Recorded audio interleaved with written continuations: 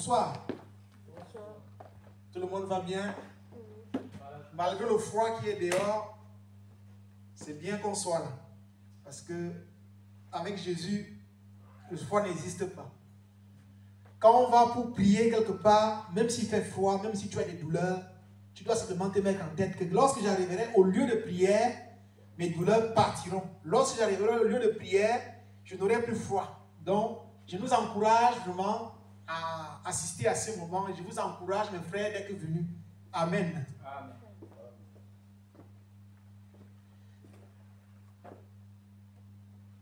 Alléluia, mes frères, mes sœurs. Je vais recommander ces instants de prière entre les mains de l'Éternel. Père éternel, je te recommande ces instants de prédication entre tes saintes mains. Seigneur, prends le contrôle. Prends le contrôle de cet endroit, Seigneur. Tout ce qui n'est pas de toi, Seigneur, dans cet endroit, quitte ce lieu maintenant même au nom puissant de Jésus-Christ de Nazareth. Amen. Amen.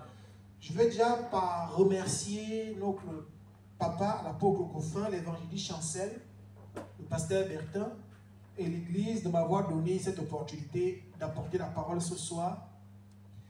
Alléluia. Amen. Le thème que nous allons étudier, que je vais faire la prédication dessus, c'est Fraternel en Christ. Il s'intitule Fraternel en Christ. Ce thème, ce titre, il est composé de deux mots. Fraternel et en Christ. Donc d'un côté fraternel et de l'autre côté en Christ. Nous allons d'abord définir ces termes. Fraternel,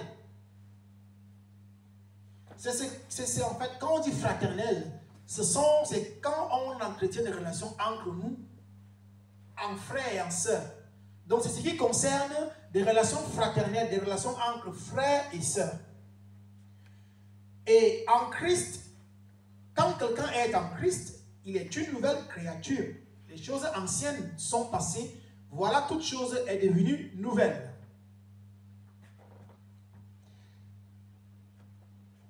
Bon, nous allons commencer d'abord par développer le thème fraternel. Nous allons lire le livre de Actes 2, verset 42. Il est dit, ils persévéraient dans l'enseignement des apôtres, dans la communion fraternelle, dans la fraction du pain et dans les prières. Alléluia. Amen. Bien-aimés dans le Seigneur, avant de commencer à exhorter dessus, Jésus-Christ nous a montré durant toute sa vie sur terre comment il vivait dans la fraternité avec toutes les personnes qu'il rencontrait. Jésus-Christ vivait dans la fraternité avec ses apôtres. Il mangeait dans la même assiette avec ses apôtres. Il partait partout avec ses apôtres. Il dormait même avec ses apôtres. Il passait des nuits entières. Il vivait des moments difficiles même avec ses apôtres. Nous nous souvenons de l'épreuve de la barque avec la tempête. C'était des moments difficiles. Mais Jésus était avec ses apôtres. Et je vais exhorter une personne pour lui dire que quand tu es dans l'église, que tu as tes frères en Christ, quoi qu'il arrive, tu dois rester soudé. Tu dois rester soudé avec tes frères en Christ. Tu dois rester tellement soudé parce que Christ nous a montré que c'est dans l'unité que nous sommes forts. Et durant la vie de Christ, il nous a également montré que la fraternité, c'est-à-dire la famille, la fraternité n'est pas seulement un lien de sang. Parce qu'il était une fois en train d'apporter la parole et des personnes sont venues à l'extérieur. Ils disent, Jésus, ta mère et tes frères te cherchent. Et Jésus va leur dire, ce sont ceux qui sont ici avec moi, qui sont mes frères, qui sont mes sœurs. Et pourtant, sa mère le cherchait, ses frères le cherchaient, ses frères de sang le cherchaient. Donc il va par là démontrer que ce sont ceux qui sont autour de lui, qui écoutent la parole, qui écoutent les enseignements, qui sont ses frères. Alléluia. Après lecture de notre verset, acte 2, chapitre 2, verset 42, nous comprenons ici que vraiment les apôtres dans le livre de Actes, ils vivaient en communion, ils vivaient ensemble, ils partageaient tout ensemble. Cette époque, ça s'appelle l'époque de l'église primitive. Nous allons voir qu'à ce moment, tout ce que les apôtres avaient, c'était ensemble même. On va remarquer une chose dans notre verset que ils persévéraient dans les enseignements des apôtres. Donc ceux qui étaient dans l'église primitive persévéraient dans l'enseignement des apôtres. Lorsque nous sommes frères en Christ, nous devons persévérer dans les enseignements qu'on donne à l'église. Nous devons écouter ce qu'on nous dit à l'église. Nous devons suivre les programmes qui sont mis en place à l'église. Parce que les apôtres et ceux qui suivaient les apôtres dans l'église primitive, ils étaient tous frères. Parce qu'ils persévéraient tous dans les enseignements de la parole. Parce qu'on ne peut pas parler de la fraternité s'il n'y a pas persévérance dans l'enseignement de la parole. C'est impossible. Tu ne peux pas dire que tu es frère en Christ, tu es frère de Jésus, tu es frère de l'apôtre Goffin, tu es frère du frère Edmond, tu es frère du pasteur Bertin, tu es frère du frère Glody, alors que tu ne persévérais pas dans les enseignements de la parole. Parce que lorsque nous persévérons dans les enseignements de la parole, nous avons le même esprit. Nous avons quelque chose en commun qui nous réunit. C'est de cette façon que l'on peut parler de la fraternité en Christ. Donc, la fraternité en Christ, il y a quelque chose qui doit être commun en nous, c'est la parole. Nous devons tous persévérer dans l'enseignement de la parole. Je vais parler d'un exemple. Vous voyez, dans une famille, le père éduque les enfants. Et c'est vrai qu'il y a des parents qui éduquent les enfants, mais chaque enfant a son caractère. Mais tous les enfants suivent la même éducation. Alors que ces enfants sont issus d'une même famille. C'est pareil aussi. Dans la fraternité en Christ, nous devons suivre, persévérer dans la parole que j'appelle cette parole. Elle nous éduque, elle nous enseigne, elle nous conduit vers la voie de l'excellence, cette parole. Cette parole, elle nous conduit à ce que nous puissions changer, à ce que nous puissions mourir même. L'homme intérieur doit mourir. C'est l'esprit, c'est le Saint-Esprit, c'est-à-dire c'est la parole qui doit refléter dans ta vie. Et cette parole doit refléter en moi, sur le pasteur Bertin, sur mon jeune frère. Et de cette manière, nous sommes tous frères en Christ. C'est cette identité même, c'est l'identité, c'est la parole même qui doit nous identifier. Parce que si tu n'as pas l'identité en Christ, tu n'es pas un frère en Christ. On ne peut pas parler de fraternité en Christ si tu n'as pas cette identité de Christ en toi. Alléluia.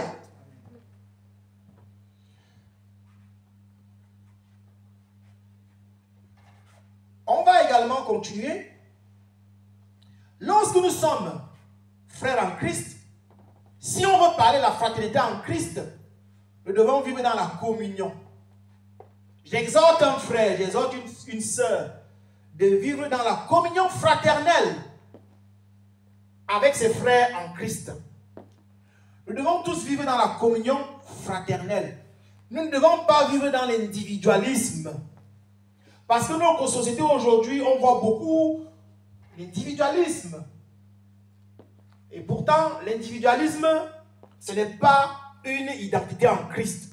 Nous devons vivre en communion fraternelle.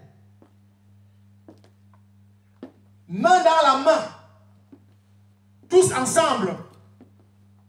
Lorsqu'il y a un problème, on doit tous être capables d'affronter ce problème. lorsqu'il y a un drame, lorsqu'il y a une bonne nouvelle, même lorsqu'il y a une mauvaise nouvelle. Parce que ce n'est pas simplement quand il y a des bonnes nouvelles que l'on doit tous vivre ensemble, que l'on doit tous communier ensemble, on doit tous être ensemble. Non. Même s'il y a une mauvaise nouvelle, la communion fraternelle doit être quelque chose qui nous unifie, qui nous donne la force. Alléluia. Donc j'exhorte un frère, une sœur à vivre en communion avec ses frères de l'Église. Je continue dans la même lancée. Il ne peut pas avoir de fraternité en Christ s'il n'y a pas fraction du pain. Nous devons fractionner notre pain avec les autres. Nous ne devons pas simplement garder tout notre pain que pour nous. C'est-à-dire, si tu as un bien, si tu as un peu d'argent qui te reste dans la fin du mois, tu peux aider un frère, même un frère de ta famille, même s'il n'est pas un frère en Christ. Tu dois afficher, tu dois démontrer cette identité aussi. C'est une identité en Christ. La fraction du pain, le partage de ce que tu as. Tu dois le partager avec les autres.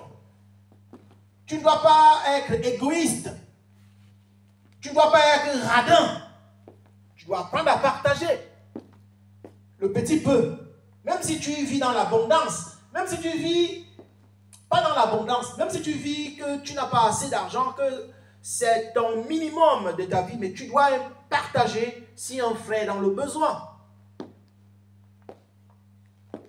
Si un frère a un problème, il t'expose. Si tu as quelque chose, tu peux l'aider. Si un frère a par exemple des difficultés même à chercher du travail, il veut un CV, tu peux aussi l'aider. Parce que là, tu fractionnes ce que tu as. Le pain n'est pas simplement ce qu'on mange. Moi, je vais dire, si tu as des connaissances dans un domaine bien particulier, par exemple, tu es capable de dispenser des cours des cours de soutien aux enfants. Tu partages ce que tu as, tu partages cette connaissance. Donc, j'exhorte également un frère à vivre dans la fraction du pain. Parce qu'il ne peut pas avoir fraternité en Christ s'il n'y a pas fraction du pain.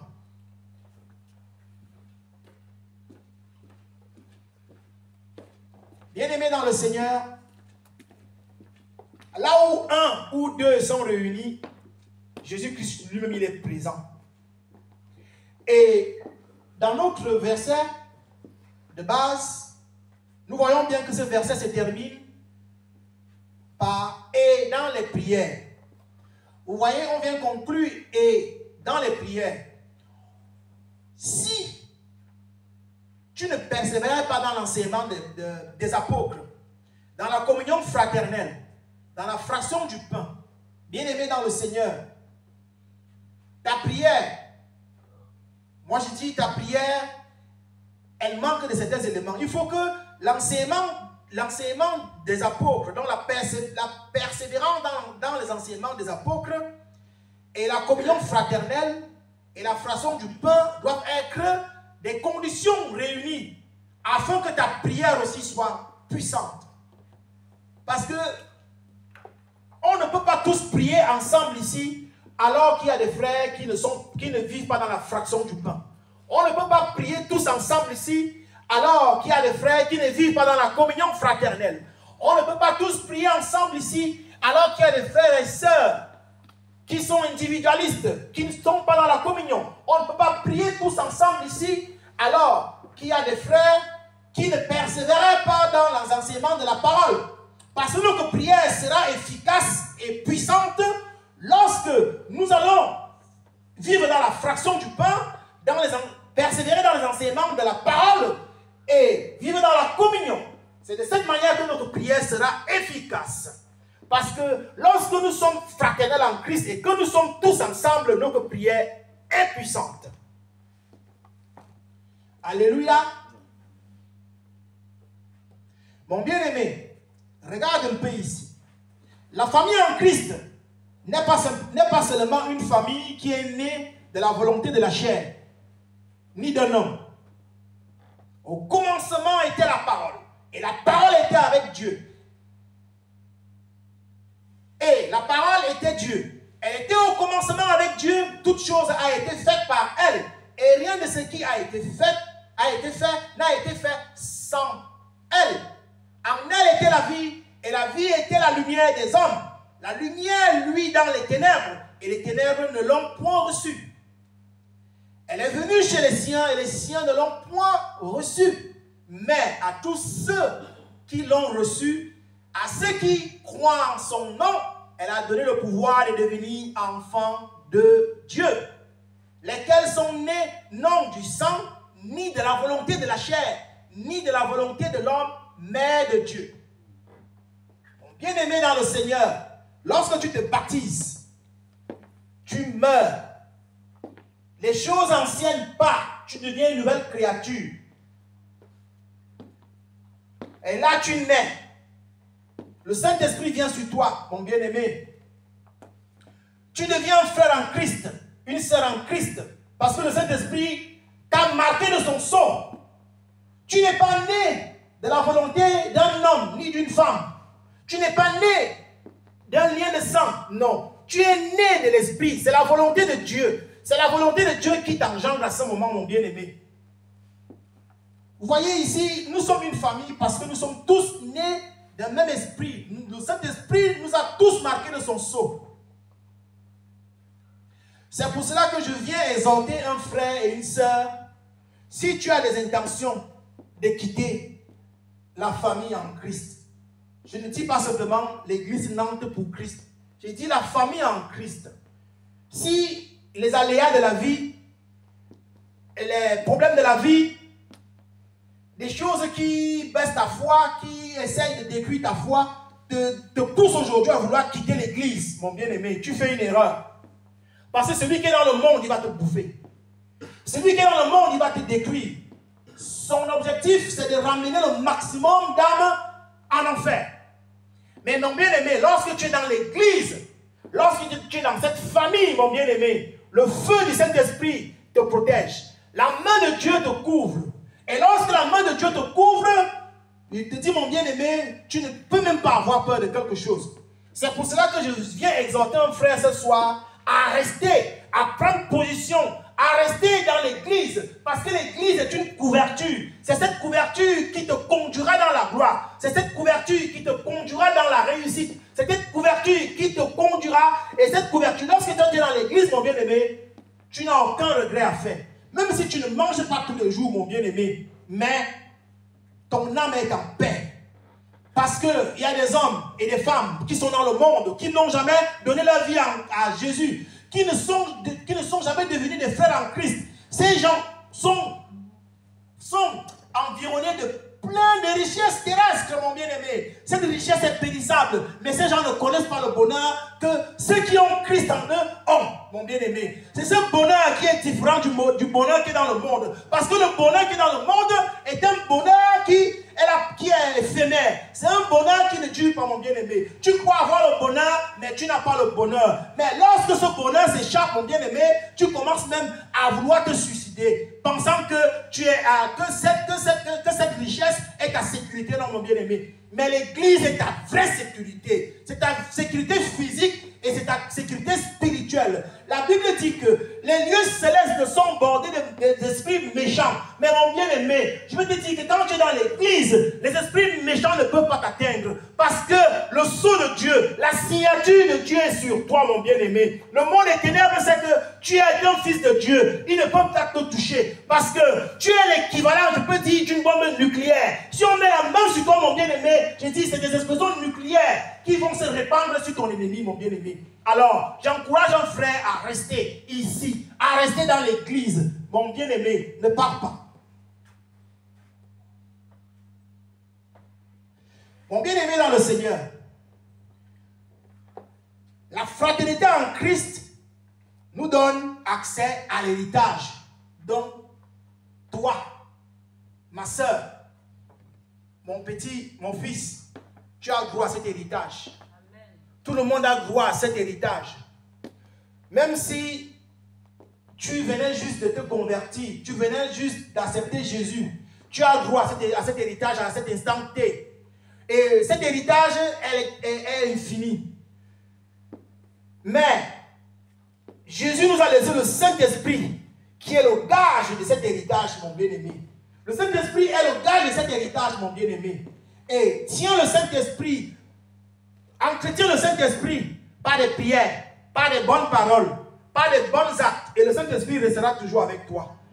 C'est pour cela que je vais encourager un frère pour lui dire, mon bien-aimé, cet héritage est à toi. Cet héritage n'est pas un héritage terrestre, cet héritage est céleste. Alors, mon bien-aimé, sache que lorsque tu ne seras plus de ce monde, lorsque Jésus viendra nous chercher, notre héritage nous attend. C'est pour cela que j'exhorte un frère à rester, à camper ici. Ne sois pas découragé, mon bien-aimé. Tu as ton héritage. Tu es riche plus que ceux qui sont dans le monde. Parce que l'héritage de Christ, on ne peut pas voler l'héritage de Christ. L'héritage de Christ ne peut pas perdre de valeur. Cet héritage a une valeur inestimable, mon bien-aimé.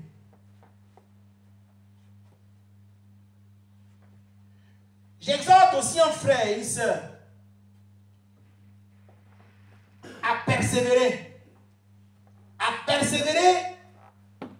dans les offrandes, à persévérer dans les dîmes, à persévérer dans l'aide des orphelins, dans l'aide des veuves, à persévérer, à donner à ceux qui sont démunis. Mon bien-aimé, tu ne sais pas ce que tu es en train de faire. Quand tu agis ainsi, tu investis. Tu investis dans la monnaie céleste.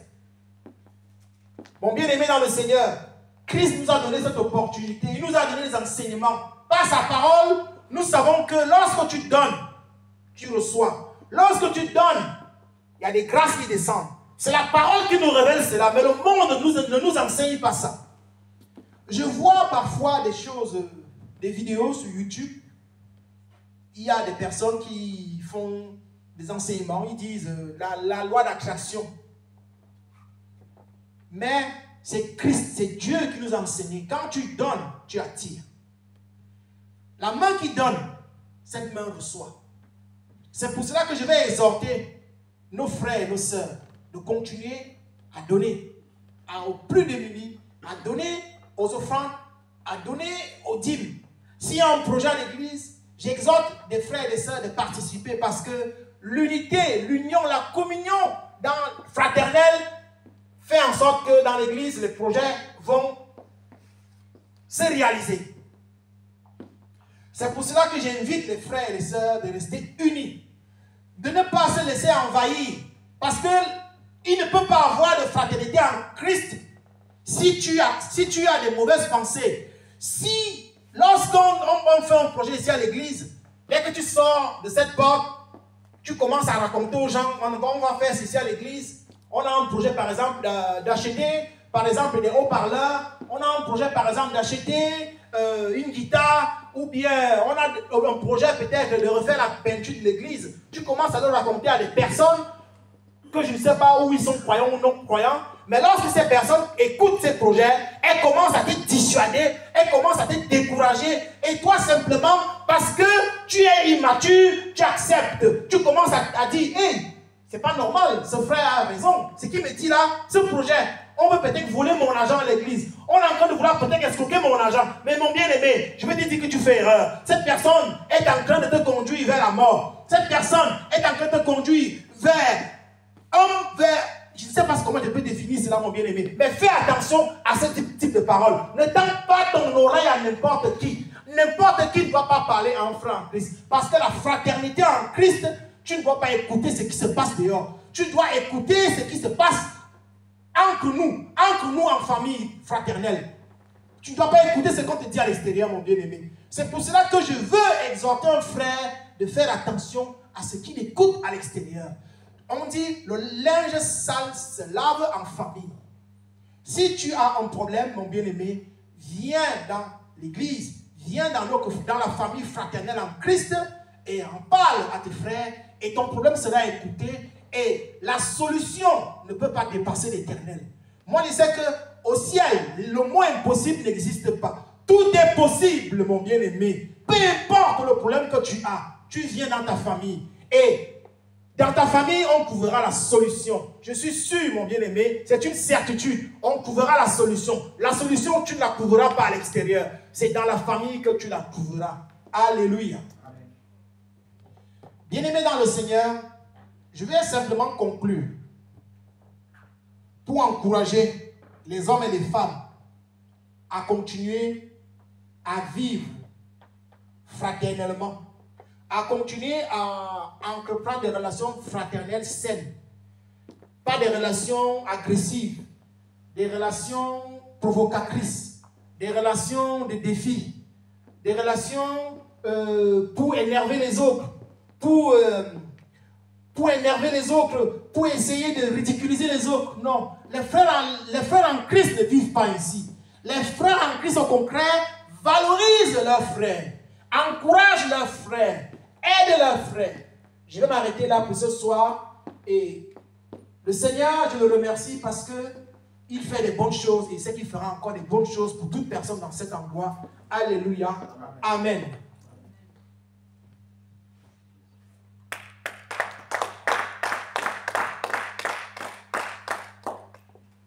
Frère Brody, je vais te passer le relais.